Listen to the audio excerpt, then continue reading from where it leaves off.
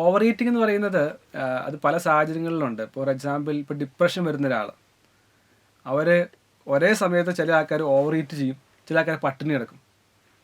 ഇപ്പോൾ സ്ട്രെസ്സ് വരുമ്പോൾ ചില ആൾക്കാർ ഓടിപ്പോയി ഭക്ഷണം കഴിക്കും, ചില ആൾക്കാർ ഭക്ഷണം കഴിക്കാൻ നിർത്തി ഉറങ്ങുകയോ അല്ലെങ്കിൽ മിണ്ടാതിരിക്കുകയോ കരയുകയോ ചെയ്യുന്നുണ്ട്. ഇപ്പോൾ പിന്നെ ചില ആൾക്കാർ അവർ ഹാബിറ്റായി മാറിക്കുന്നത്. കാരണം ഈ ഈറ്റിംഗ് എന്ന് പറയുന്നത് നമ്മൾ കഴിക്കും തോറും നമ്മുടെ ആമാശയം കൂടുകയും അതനുസരിച്ച് എത്രമാത്രം ഭക്ഷണം കഴിക്കുന്നോ വീണ്ടും വീണ്ടും അത് കഴിക്കാൻ തോന്നിക്കൊണ്ടിരിക്കും. അപ്പോൾ അത് ഒരു ഹാബിറ്റായി മാറി. ഇപ്പോൾ നമുക്കത് ചില കുഞ്ഞു പിള്ളേരൊക്കെ ഉണ്ട്, ഒരു ശരിക്കും പറഞ്ഞാൽ 1 വയസ്സാകുമ്പോഴത്തേക്കും ചിലപ്പോൾ വലിയ അവരെക്കാളും ഇരട്ടി. ഇപ്പോൾ ഇന്ത്യയിൽ തന്നെ നമുക്കറിയാം 50% കൂടുതൽ ആൾക്കാർ ഒബീസാണ്, ഒബീസിറ്റി വളരെ കൂടുതലാണെന്ന് പറയുന്നു. കാരണം അവരുടെ ആമാശയത്തിന് വേണ്ടതിനേക്കാൾ കൂടുതൽ ഭക്ഷണം കഴിക്കുന്നു. അപ്പോൾ വയറ് ശരിക്കും നമ്മൾ പണ്ട് ഒരു ആൾക്കാർ പറയാറുണ്ട്, ഭക്ഷണം കഴിക്കുമ്പോൾ നിറച്ച് കഴിക്കരുത്, കുറച്ച് സമയത്ത് ഗ്യാപ്പ് ഇടണമെന്ന് പറയും. കാരണം എന്ന് വെച്ച് കഴിഞ്ഞാൽ ആമാശയം വികസിക്കുന്നതനുസരിച്ച് ദഹനരസങ്ങൾ കൂടുതൽ ഉൽപ്പാദിപ്പിക്കപ്പെടുകയും വീണ്ടും വീണ്ടും ഭക്ഷണം കഴിക്കാൻ തോന്നുകയും ചെയ്യും.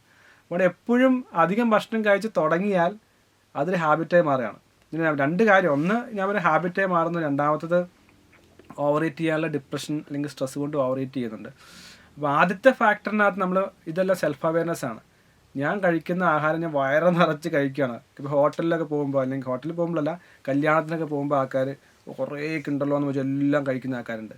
ചില മാതാപിതാക്കൾ പിള്ളേരെ നന്നാവട്ടെ വണ്ണം വെക്കട്ടെ എന്ന് വിചാരിച്ച് കുറേ ഭക്ഷണം കൊടുക്കുന്ന ആൾക്കാരുണ്ട്. അപ്പോൾ ഇത് ഈ മൈൻഡ്ഫുൾനെസ് എന്നുള്ളത് എല്ലാത്തിനും പ്രധാനപ്പെട്ടായിരുന്നു. Mindfulness eating, mindfulness sleeping, mindfulness studying എന്നെല്ലാം പറയുന്നത്. ഞാൻ ഭക്ഷണം കഴിക്കുമ്പോൾ എൻ്റെ വയറ് നിറഞ്ഞിട്ടില്ല അല്ലെങ്കിൽ വയറ് നിറയ്ക്കാത്തത് കഴിക്കുക എന്നുള്ളത് എൻ്റെ ഉത്തരവാദിത്തമാണ്. രണ്ടാമത്, എനിക്ക് സ്ട്രെസ് ഉണ്ടാകുമ്പോൾ അല്ലെങ്കിൽ ഡിപ്രഷൻ ഉണ്ടാകുമ്പോൾ ഞാൻ ഭക്ഷണം കഴിച്ചാണ് പരിഹാരം കണ്ടെത്തുന്നതെങ്കിൽ അതൊരു ഓവർ ഈറ്റിംഗ് ആണ്, അത് വലിയ കോൺസിക്വൻസസ് ഉണ്ടാക്കാൻ സാധിക്കും. ഇപ്പോൾ എല്ലാത്തിനും ഈ പറയുന്ന എല്ലാം നമ്മൾ ഹാബിറ്റാണ്. അപ്പോൾ നെഗറ്റീവായ ടോക്സിക്കൽ ഹാബിറ്റ് പറഞ്ഞെങ്കിലും അതിൻ്റെ പിന്നിലൊരു റൂട്ട് കോസ് ഉണ്ട്, ട്രിഗർ ഉണ്ട്.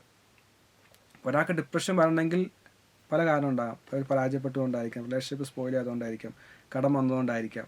അപ്പോൾ ആ റൂട്ട് കോസിൽ വർക്ക് ചെയ്യാതെ നമുക്ക് ഈ ഓവർ ഈറ്റിങ്ങിലുണ്ടാകുമ്പോൾ കുറേ ഭക്ഷണം കഴിച്ച് വയറ് നിറഞ്ഞിട്ടുള്ളൊരു സാറ്റിസ്ഫാക്ഷൻ ആയിരിക്കാം.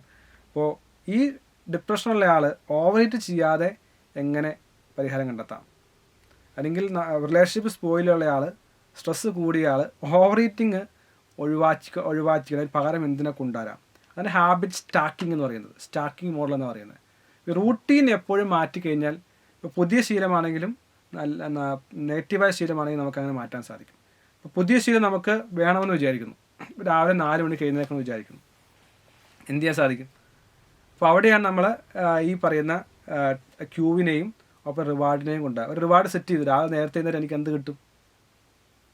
ചിലപ്പോൾ നമ്മൾ ഉദ്ദേശിക്കുന്ന ലോങ് ടൈം രാവിലെ നേരത്തെ എഴുന്നേറ്റ് കഴിഞ്ഞാൽ എനിക്ക് ഫ്രഷായിട്ട് എനർജി കിട്ടുമെന്നും കൂടുതൽ പഠിക്കാൻ സാധിക്കുമെന്നും അല്ലെങ്കിൽ എൻ്റെ ലക്ഷ്യത്തിലേക്ക് എത്താൻ സാധിക്കുമെന്നും, ഇന്ന് രാവിലെ നേരത്തെ എഴുന്നേറ്റ് എക്സസൈസ് ചെയ്യുമ്പോൾ ഉണ്ടാകുന്ന ഗുണങ്ങൾ ഇതൊക്കെ ആയിരിക്കാം. പക്ഷേ രാവിലെ നേരത്തെ എഴുന്നേക്കാനായിട്ടൊരു ക്യൂ ഉണ്ടാവും. ചിലപ്പോൾ അത് അലാമായിരിക്കാം, ചിലപ്പോൾ രാവിലെ അമ്പലത്തിൽ നിൽക്കുന്ന പാട്ടായിരിക്കാം. അപ്പോൾ ഇങ്ങനത്തെ പല ട്രിഗേഴ്സ്, അപ്പോൾ ട്രിഗർ സെറ്റ് ചെയ്യുകയും ഈ റൂട്ടീൻ കൊണ്ടുവരികയും റിവാർഡ് മനസ്സിലാക്കുകയും ചെയ്യുക.